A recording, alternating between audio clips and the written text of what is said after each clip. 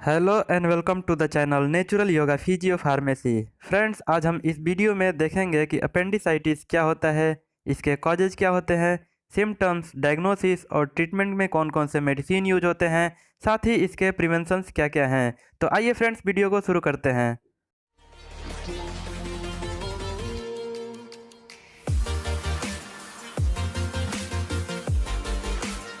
Appendicitis एक ऐसा condition है जिसमें अपेंडिक्स में सूजन हो जाता है, जिसका मुख्य कारण बैक्टीरियल इन्फेक्शन हो सकता है। अपेंडिक्स एक छोटा सा कृमि की तरह का थैली होता है जो छोटी आंत और बड़ी आंत जहाँ पे जुड़ते हैं वहाँ पे स्थित रहता है। यह आंतों का ही एक छोटा सा हिस्सा होता है जो शरीर में पाचन तंत्र के निचले हिस्से में दाईं तरफ स्थित रहता है और इसकी लंबाई लगभग 4 इंच होती है। आमतौर पर शरीर में अपेंडिक्स का कोई काम नहीं होता है, लेकिन ऐसा माना जाता है कि यह कुछ अच्छे बैक्टीरिया को स्टोर करके रखता है। कॉजेज की अगर हम बात करें तो विशेषज्ञों का ऐसा कहना है कि यह पूर्वजों से मिला हुआ एक यूजलेस पार्ट है। इसीलिए वैसे तो यह किसी काम का नहीं होता है, लेकिन जब इसमें सूजन हो जाता है तब यह प्रॉब्लम्स क्रिएट कर देता है।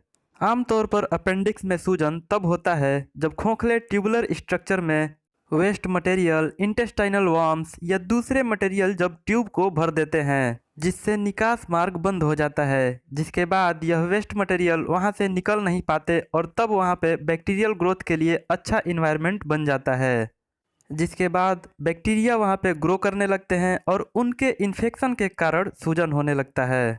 इसके अलावा पेट के दूसरे रोग, क्रोनिक कॉन्स्टिपेशन, पेट में चोट लगने के कारण भी अपेंडिसाइटिस डेवलप हो सकते हैं।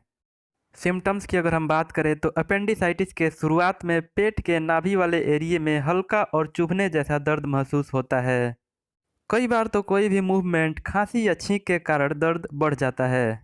शुरुआती दिनों में मरीज मिचली जैसा महसूस करता है और भोजन भी नहीं खा पाता है। इसके साथ ही कॉन्स्टिपेशन भी बना रहता है, जबकि 10% लोगों में कॉन्स्टिपेशन के बजाय डायरिया होता है।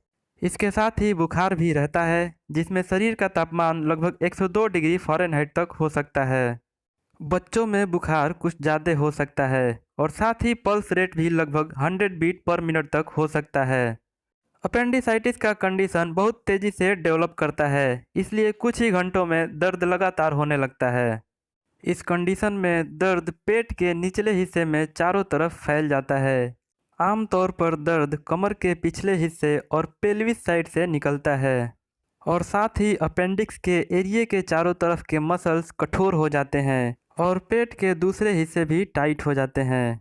बुखार के बढ़ने के साथ साथ दर्द भी बढ़ता जाता है, जिससे आंतों में वृद्धि होने से रैप्चर होने का चांस बढ़ जाता है। मेनली अपेंडिक्स रैप्चर तब होता है जब उसमें बहुत ही ज़्यादा सूजन हो जाता है या फिर उसमें पस का फॉर्मेशन हो जाता है। अपेंडिक्स के रैप्चर होने से उसके आसपास के ऑर्गन में भी इन्फेक्शन का खतरा बढ़ जाता है। ऐसा ही एक सीरियस कंडीशन है पेरिटोनिटीज, जिसमें एब्डोमिनल कैविटी के इनर लाइनिंग में सूजन हो जाता है। वैसे तो अपेंडिसाइटिस किसी को भी अफेक्ट कर सकता है, लेकिन यह ज़्यादातर 10 से 30 वर्ष की उम्र में दिखाई देते हैं। अगर इस कंडीशन में फीवर के साथ साथ नाउजिया हो रहा है और पेट का दर्द बढ़ता जा रहा है तो तुरंत इमरजेंसी मेडिकल के द्वारा इवैल्यूएशन करवा लेना चाहिए। शुरुआत में ही मेडिकल चेकअप करवा लेने से रोग के घातक होने का खतरा कम हो जाता है और ट्रीटमेंट में भी सहायता मिलती है। डायग्नोसिस की अगर हम बात करें तो अपेंडिसाइटिस को कंफर्म करने के लिए डॉक्टर अपेंडिक्स के चारों तरफ के एरिए में टेंडरनेस यानी कि तनाव को देखते हैं। इसके साथ ही कुछ ब्लड टेस्ट भी करवाए जाते हैं, जिसमें WBC के काउंट को देखा जाता है, क्योंकि अक्सर इन्फेक्शन के कंडीशन में शरीर ज़्यादा WBC को प्रोड्यूस करता है ताकि इन्फेक्शन कॉज करने वाले एजेंट के साथ लड़ सके और शरीर को इन्फेक्शन से मुक्त कर सके। इसके साथ ही अपेंडिसाइटिस को कंफर्म करने के लिए कुछ दूसरे टेस्ट भी करवाए जाते हैं, जैसे कि गॉल ब्लैडर में सूजन, किडनी स्टोन या फिर किडनी में इन्फेक्शन के लिए, क्योंकि कई बार महिलाओं में ओवेरियन सिस्ट या फिर इक्टोपिक प्रेगनेंसी में भी लगभग सेम सिम्टम्स दिखाई देते हैं, इसलिए इन सब को भी ध्यान में रखना जरूरी होता है।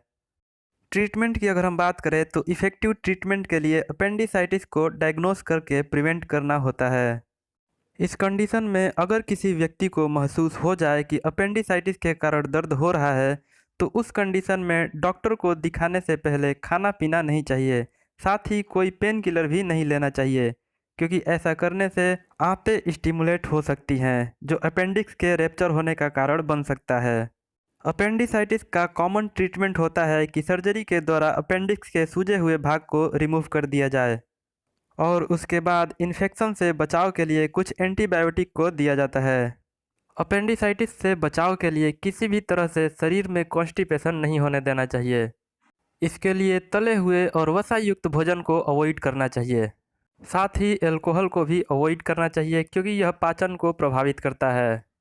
इसके साथ ही मीट और मांस का सेवन भी कम कर देना चाहिए, स्पेशली रेड मीट। इसके साथ ही केक, पेस्ट्री आदि का भी प्रयोग कम करना चाहिए, क्योंकि यह मैदे और चीनी से बने होते हैं, जो कि आंतों में चिपक कर पाचन को प्रभावित करते हैं। इस कंडीशन से बचाव के लिए फाइबर युक्त भोजन करना चाहिए। साथ ही ताज़े फलों और सब्जियों का भी प्रयोग करना चाहिए। खीरा, गाजर, मूली और टमाटर के प्रयोग से पाचन अच्छा होता है, इसलिए इसका प्रयोग ज़्यादा करना चाहिए। वीडियो कैसा लगा कमेंट करके बताएं। अच्छा लगा तो वीडियो को लाइक करें और चैनल को सब्सक्राइब करें, साथ ही दोस्तों के साथ शेयर करें।